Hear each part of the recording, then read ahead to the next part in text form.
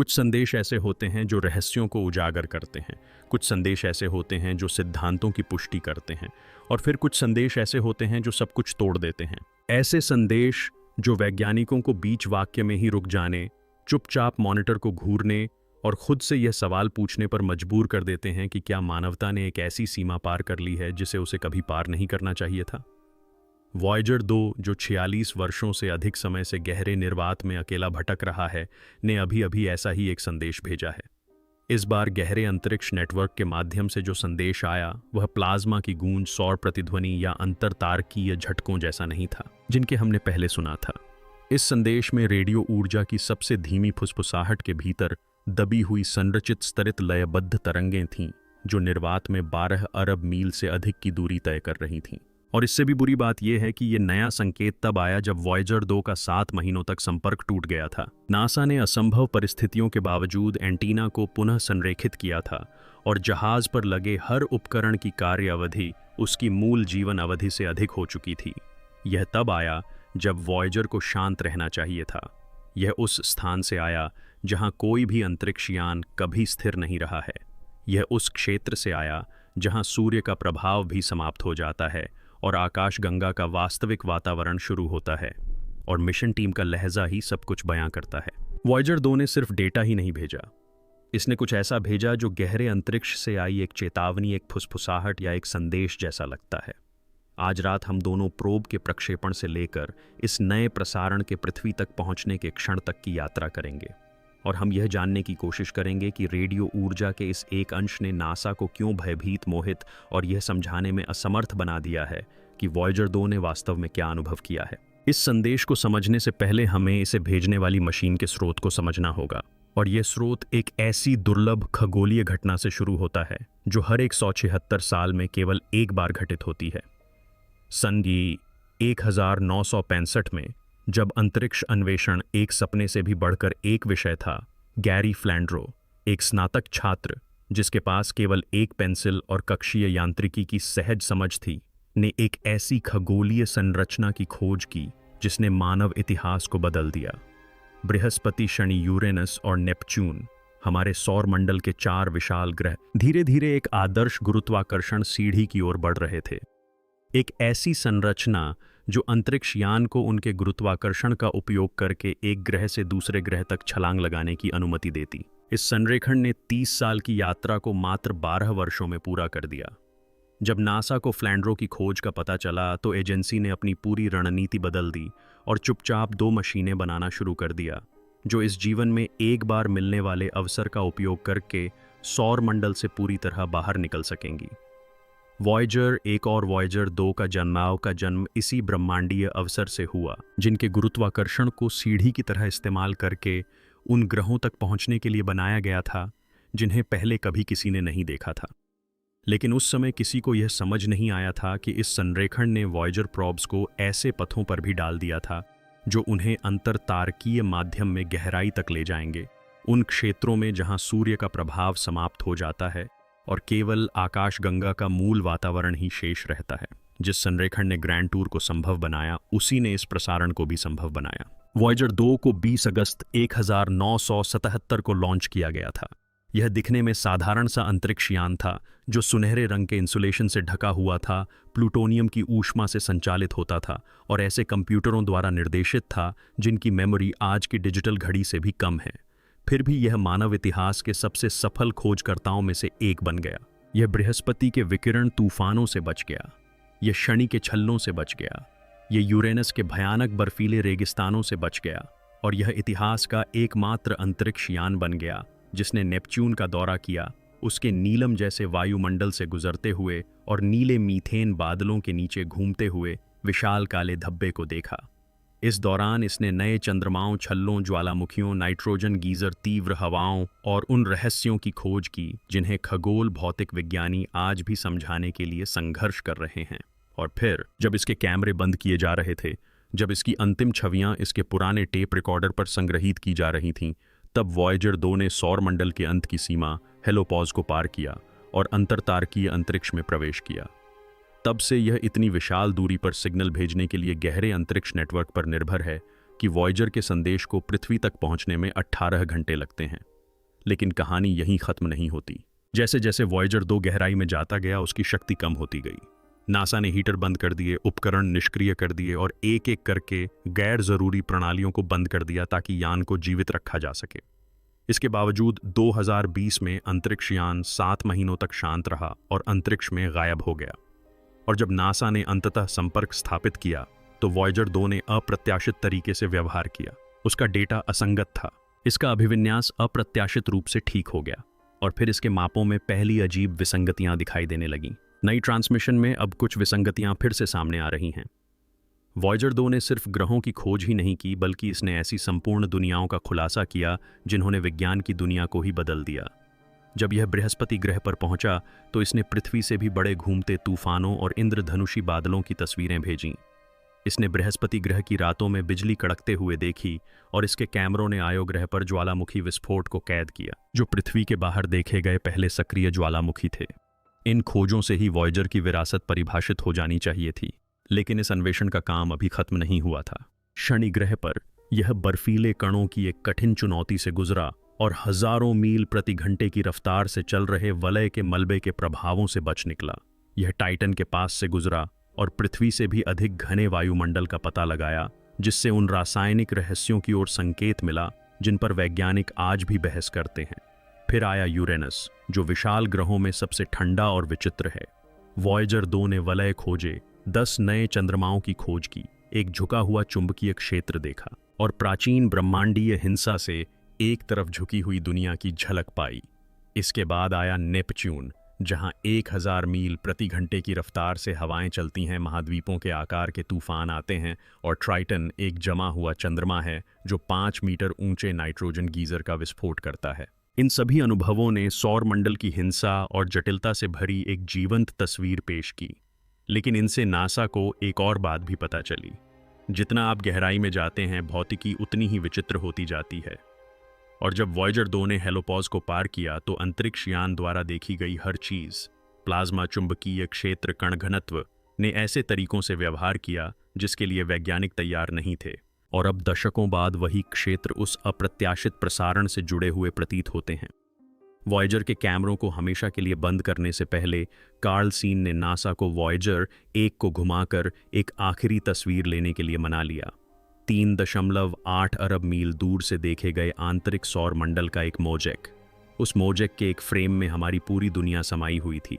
सूर्य की किरण में लटका हुआ एक छोटा सा कण, इतना छोटा कि उसे धूल समझा जा सकता था। वह हल्का नीला बिंदु एक ऐसी छवि जली जिसने दर्शन, खगोल विज्ञान और मानव पहचान को बदल दिया। और उस क्षण के बाद वॉयेजर अंधेरे में डूब गए। अब और तस्वीरें नहीं और रंग नहीं, दुनिया की कोई झलक नहीं, केवल सेंसर उपकरण और रेडियो सिग्नल। अंतरिक्ष की खामोशी में बाइनरी रूप में डेटा प्रसारित हुआ। वॉयेजर अंधा हो गया लेकिन खामोश नहीं हुआ। यह लगातार बाहर की ओर बढ़ता रहा, ब्रह्मांडीय किरणों, चुंबकीय क्षेत्रों, प्लाज्मा घनत्व और अंततः अंतरतारकीय गतिविधियों के स्पष्ट संकेतों की रिपोर्ट भेजता रहा अंतरिक्ष में। लेकिन जैसे जैसे साल बीतते गए, उन रिपोर्टों की व्याख्या करना और भी मुश्किल होता गया। उपकरण कमजोर होते गए, टेप की क्षमता कम होती गई, त्रुटियां बढ़ती गईं। 1970 के दशक में लिखी गई नियमावली ही मिशन टीम के लिए एकमात्र सहारा बन गई। और फिर लगभग आधी सदी की यात्रा के बाद वॉयेजर 2 ने कुछ ऐसा संचारित करना शुरू किया जिसकी तकनीकी व्याख्या करना असंभव था। एक दोहराव वाला पैटर्न, एक हल्की संरचित गूंज और ऐसे माप जो अंतरतारकीय प्लाज्मा के किसी भी झांत व्यवहार से मेल नहीं खाते थे। पहले तो यह एक गड़बड़ी जैसा लगा, फिर यह वापस आया, फिर यह और मजबूत होता गया। अंत में अपने सबसे हालिया संचार में कुछ नया प्रकट हुआ, कुछ ऐसा जिसे नासा वर्गीकृत नहीं कर सकता। जब वॉयेजर 2 ने नेपच्यून को पार कर ठंडे अंतरिक्ष में प्रवेश किया तो यह एक ऐसे क्षेत्र के पास पहुंचा जिसके बारे में वैज्ञानिकों ने दशकों से सिद्धांत दिए थे, लेकिन कभी प्रत्यक्ष रूप से उसका अवलोकन नहीं किया था। यह है हेलोपॉज़स, सूर्य के प्रभाव की सबसे बाहरी सीमा। यहीं पर सौर पवन, जो सूर्य से बाहर की ओर बहने वाले आवेशित कणों की एक निरंतर धारा है, अंततः अंतरतारकीय माध्यम के भार के कारण संकुचित हो जाती है। सरल शब्दों में यह हमारे ब्रह्मांडीय परिवेश और बाकी सब कुछ के बीच की सीमा है। मॉडलों ने एक क्रमिक परिवर्तन, एक सहज गिरावट प्लाज्मा प्रवाहों के एक सौम्य आदान प्रदान की भविष्यवाणी की थी, लेकिन वॉयेजर 2 को कुछ भी सौम्य नहीं मिला। उसे अराजकता मिली। दबाव की लहरें अंतरिक्ष यान से टकराईं। आवेशित कण अप्रत्याशित रूप से उमड़ पड़े। चुंबकीय क्षेत्र हिंसक अप्रत्याशित दिशाओं में मुड़ गए। प्लाज्मा का घनत्व इतनी तेजी से बढ़ा कि नासा को इसकी कल्पना भी नहीं थी, और इतिहास में पहली बार मानवता ने अंतरतारकीय अंतरिक्ष के कच्चे अछूते वातावरण का अनुभव किया। लेकिन सबसे चौंकाने वाली बात यह थी कि यह परिवर्तन वैसा नहीं था जैसा कि वर्षों पहले वॉयेजर 1 ने देखा था। सीमा पहले से पतली, तीखी और अधिक सक्रिय थी, मानो पहले यान के गुजरने के बाद से किसी ने इसे छेड़ा हो, बदल दिया हो या इसमें हेरफेर किया हो। यह विषमता समझ से परे थी, और अब नवीनतम प्रसारण के बाद वैज्ञानिक इस संभावना पर पुनर्विचार कर रहे हैं कि वॉयेजर 2 ने केवल एक सीमा पार नहीं की थी, यह किसी के क्षेत्र में प्रवेश कर गया। एक बार जब वॉयेजर 2 आधिकारिक तौर पर हेलियोस्फीयर से बाहर निकल गया, तो यह शुद्ध अंतरतारकीय प्लाज्मा के क्षेत्र में प्रवेश कर गया, एक ऐसा पदार्थ जो अरबों वर्षों से सूर्य के संपर्क में नहीं आया है। नासा ने अनुमान लगाया था कि वहां शांति होगी, एक प्रकार का ब्रह्मांडीय शून्यता, लेकिन यह धारणा लगभग तुरंत ही चकनाचूर हो गई। वॉयेजर ने एक गूंज का पता लगाना शुरू किया। प्लाज्मा में गूंजती एक निरंतर कम आवृत्ति वाली कंपन जो इतनी स्थिर थी कि आकस्मिक शोर नहीं हो सकती थी, और इतनी नियंत्रित थी कि प्राकृतिक अशांति नहीं हो सकती थी। यह स्पंदित हो रही थी, यह ऊपर नीचे हो रही थी। इसमें इस तरह के बदलाव हो रहे थे जो एक अंतर्निहित लय का संकेत दे रहे थे, लगभग अंधेरे में धीमी गति से चल रहे किसी इंजन की तरह। यह वह अराजक, अप्रत्याशित वातावरण नहीं था जिसकी वैज्ञानिकों ने उम्मीद की थी। यह संरचित, स्तरित, लगभग व्यवस्थित था, मानो ब्रह्मांडीय तलहटी के नीचे कुछ गुनगुना रहा हो। वॉयेजर 2 कुछ सुन रहा था, और जैसे जैसे वह अंतरिक्ष में गहराई तक जाता गया, वह गुनगुनाहट और स्पष्ट होती गई।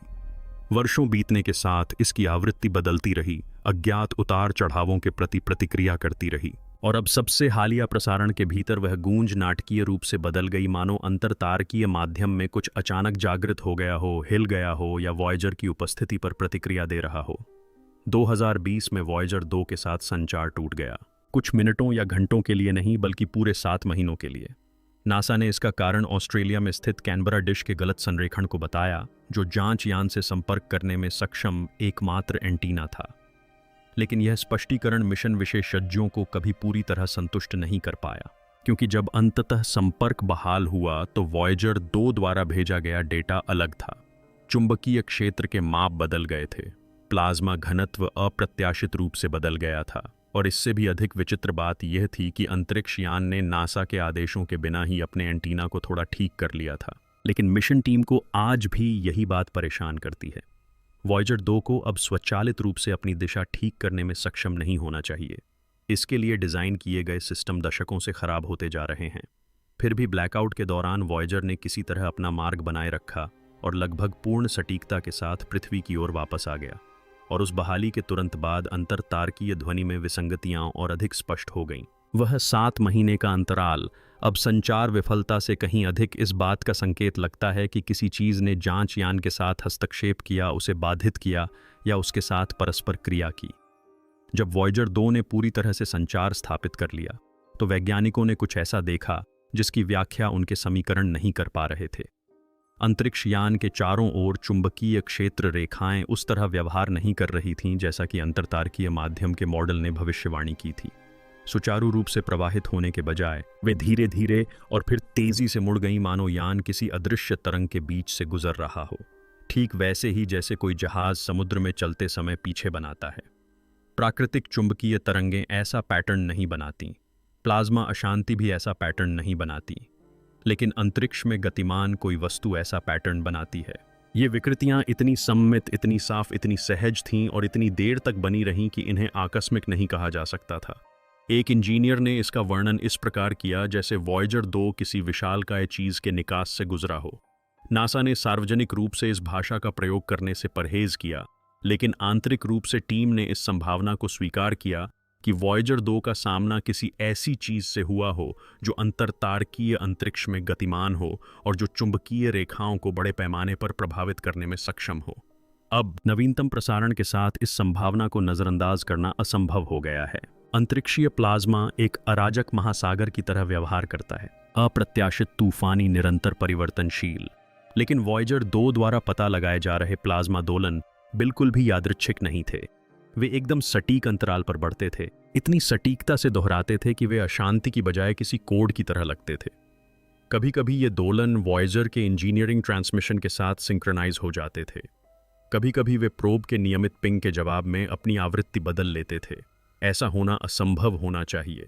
प्लाज्मा अंतरिक्ष यान के संचार पर इस तरह प्रतिक्रिया नहीं करता, लेकिन नवीनतम ट्रांसमिशन में कुछ ऐसा हुआ। ये दोलन न केवल वापस आए बल्कि विकसित भी हुए, जिससे जटिल लयबद्ध तरंगें बनी जो पहले किसी भी डेटा सेट में नहीं देखी गई थीं। इनमें से कम एक लय वॉयेजर 2 द्वारा दशकों से प्रसारित की जा रही लय से मेल खाती है, मानो किसी चीज ने जांच यान की धड़कन को हम तक प्रतिध्वनित करना सीख लिया हो। वॉयेजर 2 रेडियोधर्मी क्षय से संचालित होता है, एक स्थिर अनुमानित प्रक्रिया जो हर साल थोड़ी कम होती जाती है। लेकिन सबसे हालिया प्रसारण भेजने से पहले इंजीनियरों ने कुछ विचित्र देखा। प्रसारण स्थिरता और शक्ति निरंतरता में एक अस्थायी वृद्धि, मानो जांच यान को कोई ऊर्जा मिली हो या वह कम हस्तक्षेप वाले क्षेत्र में पहुंच गया हो। ऐसा होना असंभव होना चाहिए। आरटीजी रेडियोधर्मी तरंगें बिजली उत्पादन नहीं बढ़ा सकते, सिस्टम उम्र के साथ अधिक स्थिर नहीं हो सकते। फिर भी एक संक्षिप्त समय के लिए वॉयेजर ने ऐसा व्यवहार किया मानो उसका क्षीण होता हृदय फिर से गतिमान हो गया हो। कुछ लोगों ने सुझाव दिया कि यह कम ब्रह्मांडीय किरण हस्तक्षेप वाले क्षेत्र में चला गया। कुछ लोगों ने चुंबकीय क्षेत्रों के अस्थायी संरेखण का सुझाव दिया, लेकिन समय नए प्रसारण में पाए गए संरचित पैटर्न के साथ पूरी तरह मेल खाता है। किसी चीज ने, चाहे वह पर्यावरणीय हो या बाहरी, वॉयेजर 2 को उसके पूरे मिशन का सबसे रहस्यमय संकेत भेजने से ठीक पहले स्थिर कर दिया था। जब डीप स्पेस नेटवर्क को आखिरकार वॉयेजर 2 के नए ट्रांसमिशन के पहले पैकेट मिले, तो इंजीनियरों को हमेशा की तरह कमजोर carrier tone, plasma data engineering log और तापमान रीडिंग की उम्मीद थी। लेकिन इस बार कैरियर टोन कमजोर नहीं था। यह बहुत स्थिर, बहुत तीक्ष्ण और बहुत नियंत्रित था, मानो किसी चीज ने सिग्नल को मजबूत करने में मदद की हो। फिर डेटा प्रवाह में विसंगतियां दिखने लगीं। शोर के समय अंतरालों के भीतर दोहराए जाने वाले अनुक्रम जो अंतरिक्ष यान के मानक टेलीमेट्री चक्र से मेल नहीं खाते थे, और आवृत्ति मॉड्यूलेशन जो किसी ने भी वॉयेजर से पहले कभी नहीं देखे थे। ये विसंगतियां कोई गड़बड़ी नहीं थीं, ये जानबूझकर बनाए गए पैटर्न थे। जैसे जैसे प्रवाह जारी रहा, कई स्पंदन बिल्कुल सटीक समय अंतरालों पर पहुंचे। ये अंतराल न तो इंजीनियरिंग प्रक्रियाओं से मेल खाते थे और न ही वैज्ञानिक नमूनाकरण से। कोई चीज ट्रांसमिशन को मॉड्यूलेट कर रही थी। और फिर नासा को सबसे परेशान करने वाली बात का एहसास हुआ। वॉयेजर 2 हर स्पंदन का स्रोत नहीं था। उनमें से कुछ स्पंदन अंतरिक्ष यान के बाहर से उसके आसपास कहीं से आए थे। संचरण के दौरान अंतराल थे जानबूझकर छोड़ी गई खामोशियां जो इतनी सटीक रूप से व्यवस्थित थीं कि उन्हें आकस्मिक शोर या खराबी नहीं कहा जा सकता था। ये खामोशियां विभाजकों की तरह काम करती थीं, जो स्पंदनों को समूहों में विभाजित करती थीं, लगभग एक डिजिटल फाइल में शीर्ष अक्षरों की तरह। नासा के विश्लेषकों ने अपने पास मौजूद हर संपीड़न एल्गोरिदम को चलाया, और इन अंतरालों की समय संरचना प्राकृतिक प्लाज्मा व्यवहार के बजाय पैकेट स्वरूपण से मिलती जुलती थी। इससे भी अधिक चिंताजनक बात यह थी कि ये अंतराल ठीक हर 3.2 मिनट में एक दोहराव चक्र बनाते थे। यह वही चक्र है जिसका उपयोग वॉयेजर 2 इंजीनियरिंग लॉग प्रसारित करते समय करता है। वॉयेजर को प्रतिक्रिया देने वाले किसी भी यंत्र ने वॉयेजर के समय को समझा। ऐसा लगा जैसे वह यंत्र की नकल कर रहा हो, ठीक उसी लय में बोल रहा हो जिसमें वॉयेजर खुद बोलता था, मानो कह रहा हो, मैं तुम्हें देख रहा हूं। वैज्ञानिकों का अब मानना है कि ये मौन व्यर्थ नहीं है। ये सांकेतिक विराम प्रतीक्षा अंतराल शायद अनुरोध भी हो सकते हैं। नासा किसी भी असामान्य संचरण की जांच में सबसे पहले डॉपलर शिफ्ट की जांच करता है, जो गति के कारण आवृत्ति में होने वाला सूक्ष्म परिवर्तन है। और जब उन्होंने यह विश्लेषण किया तो सच्चाई उनके सामने एक दीवार की तरह आ गिरी। कुछ स्पंदन न केवल अंतरिक्ष यान के बाहर से आ रहे थे, बल्कि वे गतिमान थे, सुचारू रूप से गतिमान थे, अनुमानित गतिमान थे, ऐसी गतिमान गति जो न तो धूल, न चट्टानों और न ही प्लाज्मा तरंगों से मेल खाती थी। वॉयेजर 2 के आसपास कोई भारी वस्तु अपनी स्थिति बदल रही थी। वह मलबे की तरह बह नहीं रही थी, न ही किसी क्षुद्र ग्रह की तरह लुढ़क रही थी। वह नियंत्रित और सुनियोजित समायोजन कर रही थी। डेटा प्रवाह के एक बिंदु पर डॉपलर शिफ्ट में तेजी से बदलाव आया, मानो उस वस्तु ने कोई पैंतरेबाजी की हो। वह गतिविधि उसी क्षण हुई जब वॉयेजर ने चुंबकीय क्षेत्र में एक विकृति का पता लगाया। जांच यान के पास कुछ हलचल हुई और जांच यान ने उस हलचल के निशान दर्ज किए। वैज्ञानिकों ने जैसे जैसे संचरण का गहराई से विश्लेषण किया, उन्हें और अधिक संबंध मिले। वॉयेजर के टेलीमेट्री पैटर्न से मेल खाने वाले प्लाज्मा दोलन डॉपलर शिफ्ट के अनुरूप चुंबकीय विकृतियां और थ्रस्टर की असामान्यताओं के साथ मेल खाने वाले सिग्नल बूस्ट। हर डेटा एक ही भयावह निष्कर्ष की ओर इशारा कर रहा था। जांच यान अकेला नहीं था। वॉयेजर 2 के आसपास कुछ ऐसा था जो उसके वातावरण के साथ परस्पर क्रिया कर रहा था, उसके संदेशों पर प्रतिक्रिया दे रहा था और स्पष्ट इरादे से गति कर रहा था। और जैसे जैसे शोधकर्ताओं ने करीब से देखा, उन्हें कुछ और ही पता चला। ये पैटर्न महीनों शायद वर्षों से बन रहे थे, शोर में छिपे हुए थे, क्योंकि कोई उन पर ध्यान नहीं दे रहा था। यह संदेश शुरुआत नहीं था, यह एक खुलासा था। प्रसारण के आखिरी मिनट में एक बेहद अजीब क्रम प्रकट हुआ। मॉड्यूलेशन का एक समूह जो वॉयेजर के भेजे गए सिग्नल से लगभग पूरी तरह मेल खाता था, लेकिन कुछ सूक्ष्म अंतरों के साथ, मानो सिग्नल कुछ संवर्धन के साथ वापस प्रतिध्वनित हुआ हो। यह कोई परावर्तन नहीं था, यह कोई प्रकीर्णन नहीं था, यह एक प्रतिक्रिया थी। एक ऐसी प्रतिक्रिया जो वॉयेजर की आवाज से इतनी मिलती जुलती थी कि नासा के सॉफ्टवेयर ने भी मानव विश्लेषकों के हस्तक्षेप से पहले इसे किसी प्रोब की आवाज के रूप में वर्गीकृत कर दिया था। वे अंतिम स्पंदन इतने स्पष्ट, इतने सम्मित और इतने सधे हुए थे कि उन्हें शोर कहना असंभव था, और वे एक अंतिम अचूक मौन के साथ समाप्त हुए, जिसकी अवधि प्रत्येक समूह से पहले आने वाले हेडर मौन के बराबर थी। एक शुरुआत, एक संदेश और एक अंत, एक संपूर्ण संरचना। किसी चीज ने प्रतिक्रिया दी। जब नासा ने इंजीनियरिंग लॉग चुंबकीय डेटा, प्लाज्मा दोलन डॉपलर शिफ्ट और असामान्य स्पंदनों को एक ही समय रेखा में संकलित किया, तो मिशन टीम को एक ऐसी वास्तविकता का सामना करना पड़ा जिसके लिए वे कभी तैयार नहीं थे। वॉयेजर 2 ने केवल डेटा ही नहीं भेजा, इसने संपर्क के प्रमाण भेजे। किसी ग्रह से नहीं, किसी धूमकेतु से नहीं, प्लाज्मा से नहीं, बल्कि एक वस्तु से। एक ऐसी वस्तु जो गतिमान थी, जो प्रतिक्रिया देती थी, जो संरचित पैटर्न में संवाद करती थी। कोई ऐसी उन्नत शक्ति जो 35,000 मील प्रति घंटे की रफ्तार से चल रही 46 साल पुरानी मशीन के पास पहुंचकर उससे उसकी अपनी लय में बात कर सके। तारों के बीच अंधेरे में छिपी कोई चीज, कोई ऐसी चीज जिसे हमने तब तक नहीं पहचाना जब तक उसने खुद को प्रकट करने का फैसला नहीं किया। यह संदेश अब कोई रहस्य नहीं रहा, यह एक संदेश है, और अब मानवता को यह तय करना होगा कि आगे क्या होगा। तो अब सवाल यह है कि इस संदेश का कारण क्या था? क्या हम दोबारा संपर्क करने की कोशिश करें? क्या हम कोई और संकेत भेजें? क्या हम किसी और जवाब का इंतजार करें? अगर इस खोज ने आपको उतना ही झकझोर दिया है जितना नासा के गहरे अंतरिक्ष नेटवर्क को, तो चुपचाप मत बैठ जाइए। सब्सक्राइब करें, क्योंकि आगे जो होने वाला है वह ब्रह्मांड के बारे में हमारी समझ को पूरी तरह बदल सकता है। इस वीडियो को लाइक करें ताकि ज़्यादा से ज़्यादा लोग इस घटना के महत्व को समझ सकें।